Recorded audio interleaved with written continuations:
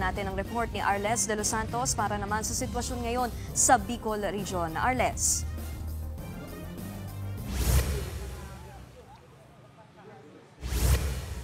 Nikki, nandito tayo ngayon sa Barangay Masarawag dito sa Ginubatan, Albay, kung saan isa nga ito sa tatlong mga barangay na nakaranas ng lahar flow bunsod ng malakas na pag-ulan bitbit ng super bagyong Uwan. Kung makikita ninyo sa aking likuran ay isang bahagi pa lamang ng kalsada ang napapakinabangan dito ng mga residente pati ng mga sasakyan para maglamas-pasok dito sa komunidad at hindi na ito bababa ng 1 metro na kapal na mga buhangin, putik at bato mula sa Bulkang Mayon.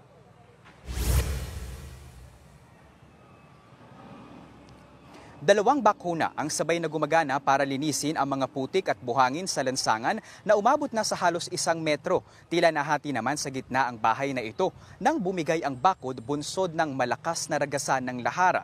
Wala namang naiulat na nasaktan sa insidente na nauna ng lumikas bago pa tumama ang Super Typhoon Uwan.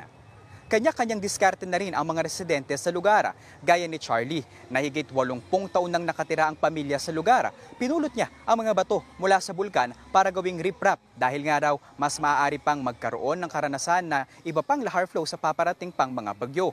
Paghahanda raw ito kung sakaling muling magkaroon ng pagragasa sa laha ng lahara. Kagabi rin, Nikki, ay naramdaman din natin yung bagyo na super bagyo Uwan kung saan nga umabot na ng ilang oras itong binayo yung kalakhang lalawigan ng Albay.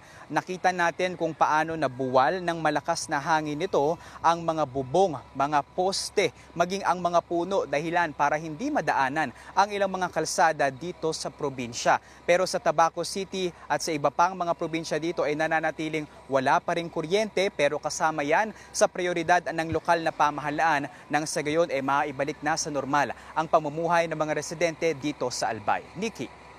Yan ang Express Report ni Mobile Journal, Arles de los Santos. Mga kapatid, Nikki de Guzman po. Para sa pasada ng mga rumaratsyadang balita, mag-follow at mag-subscribe na sa social media pages ng News 5.